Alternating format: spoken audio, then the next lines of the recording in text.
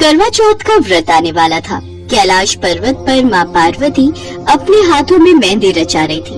भगवान शिव उनसे बोले, क्या बात है देवी, आज आप अपने हाथों पर मेहंदी रचा रही हो, कोई खास आयोजन है क्या? कल करवा चौथ का त्योहार है स्वामी, आपको तो ज्ञात ही है इस व्रत से मेरा कितना लगाव है।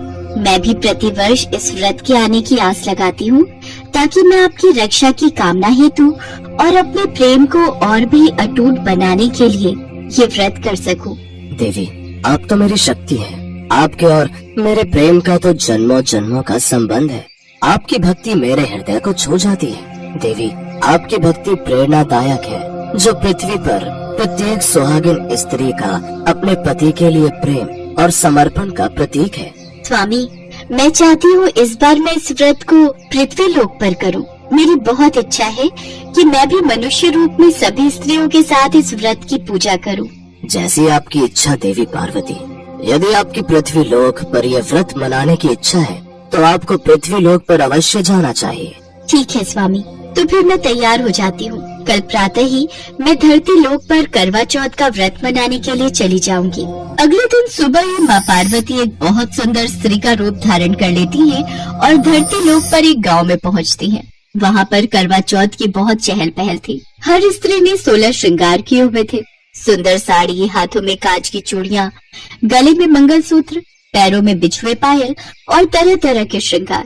सभी औरतें आपस में बातें कर रही थी। अरे बहन, चलो सब लोग मिलकर वहाँ घेरा बना लेते हैं, पूजा का समय हो रहा है। हाँ बहन, तुम भी पहुँचो, मैं अपनी बहू को लेकर आ रही हूँ। तभी एक औरत की नजर माँ पार्वती पर जाती है। अरे बहन, आओ ना, तुम भी हमारे साथ करवा चौथ की कथा सुनो। बस पूजा प्रारंभ ही होने वाली है। हाँ हाँ, मैं आपके साथ चलती हूँ। तुम तो बहुत सुंदर लग रही हो। पहली बार देखा है, इस गांव में किसी की बहू हो क्या? माँ पार्वती अभी कुछ कहती इससे पहले एक औरत ने आवाज लगा ली। अरे बहन, जल्दी आओ, पूजा का समय निकला जा रहा है। हम सब बैठ गए हैं। चलो चलो, बाद में बात करते हैं, अभी सब पूजा के लिए बुला रहे हैं। कितना आनंद आ रहा है इन सबके साथ करवा चौथ का व्रत मनाने में। अद्भुत, सब कितने अच्छे स्वभाव की हैं। इन सब के बीच मैं भी पूजा के लिए बैठ जाती हूँ। माँ पार्वती सबके साथ पूजा के लिए बैठ जाती हैं। सब मिलकर करवा चौथ की व्रत कथा और पूजन आरती करती हैं। सचमुच माँ पार्वती के आशीर्वाद से व्रत और पूजन बहुत अच्छे से हो गया। हे गौरी माता, हम सबके सुहाग की रक्षा करना। जय करवा माता की, जय गौरी मैया की। सब औरतें पूजा आरती करके घर जाने लगी, पर माँ पार्वती जैसे ही कैलाश के लिए लौटने लगी, अचानक उसी स्त्री ने उन्हें पुकारा। अरे सुनो बहन, तुम्हारा जल का कलश यहीं रह गया। अरे मैं भूल गई, मैं भी उठा लेती हूँ। हमारी बात बीच में अधूरी रह गई। तुम्हें इस गांव में पहली बार देख रही हूँ। तुम्हारा घर कहाँ है? मैं इस गांव में नई नई आई हूँ, कुछ दिन पहले ही यहाँ रहना शुरू किया है। मेरे पति जरूरी काम से शहर गए हुए हैं, कुछ दिन बाद लौटेंगे। मैं उन्हीं के लिए ये व्रत कर रही हूँ। अच्छा, तो तुम नई नई आई हो गांव में। एक काम करो, तुम हमारे घर चलो। मैंने पूरी पकवान बनाए हैं, हम सब मिलकर खाएंगे। बस कुछ ही देर में चंद्रमा भी निकलने वाला है। घर पर तो तुम अकेले उदास हो जाओगी, ठीक है? चलो मेरे घर चलो। मैं और आपके घर? हाँ बहन, तो क्या हुआ, मेरे घर क्यों नहीं? मेरे घर को अपना ही घर समझो। त्योहार पर अकेले के लिए तुम क्या ही भोजन बनाओगी? मैंने तो बहुत कुछ बनाया हुआ है, मिलकर खाएंगे, अच्छा लगेगा। तुम्हारे पति भी शहर में है, वैसे कब आएंगे? दिवाली से पहले आ जाएंगे। उस औरत के इतने अच्छे स्वभाव को देखकर माँ पार्वती से रहा नहीं गया। वो उसके साथ उसके घर चली गई, पर माँ पार्वती को तो भगवान शिव की पूजा करनी थी, उनसे आशीर्वाद लेना था। सब चंद्रमा निकलने का इंतजार कर रहे थे। अचानक बहुत तेज आंधी तूफान आने लगा।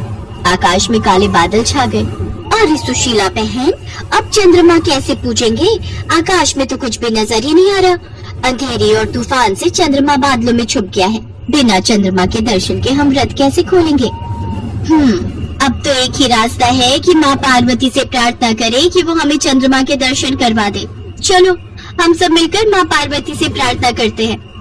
सब स्त्रियां माँ पार्वती से प्रार्थना करती हैं कि आसमान साफ हो जाए और उन्हें चंद्रमा के दर्शन हो जाए। सुहागन स्त्रियां भला क्या जाने कि माँ पार्वती स्वयं उनके बीच खड़ी हैं। सुहागन स्त्रियों की प्रार्थना माँ पार्वती स्वीकार कर लेती हैं। उस औरत को साधारण स्त्री के रूप में माँ पार्वती साक्षात दिखाई दे रही थी। अचानक ही माँ पार्वती अंतर्ध्यान हो जाती हैं। आंधी तूफान रुक जाता है, मानो कुछ हुआ ही ना हो। आसमान साफ हो जाता है और सब स्त्रियों को चंद्रमा के दर्शन होते हैं। तभी वो औरत बोली, माँ पार्वती, ये सब आपका चमत्कार है। मैं जिस स्त्री से बात कर रही थी वो तो साक्षात माँ पार्वती थी। इसका मतलब मेरे घर में माँ पार्वती के चरण पड़े थे। हे मैया, आपने तो मेरे भाग्य ही खोल दिए। आपकी जय हो माँ। आप हमारे साथ करवा चौथ मनाने के लिए धरती पर आई। हाँ बहन, वो जो बहन 16 श्रृंगार किए हुए थी वो वास्तव में माँ पार्वती थी। आज उनके चमत्कार से ये आंधी तूफान रुक गया और हमें चंद्रमा के दर्शन हुए। चलो हम सब मिलकर माँ पार्वती को धन्यवाद कहते हैं।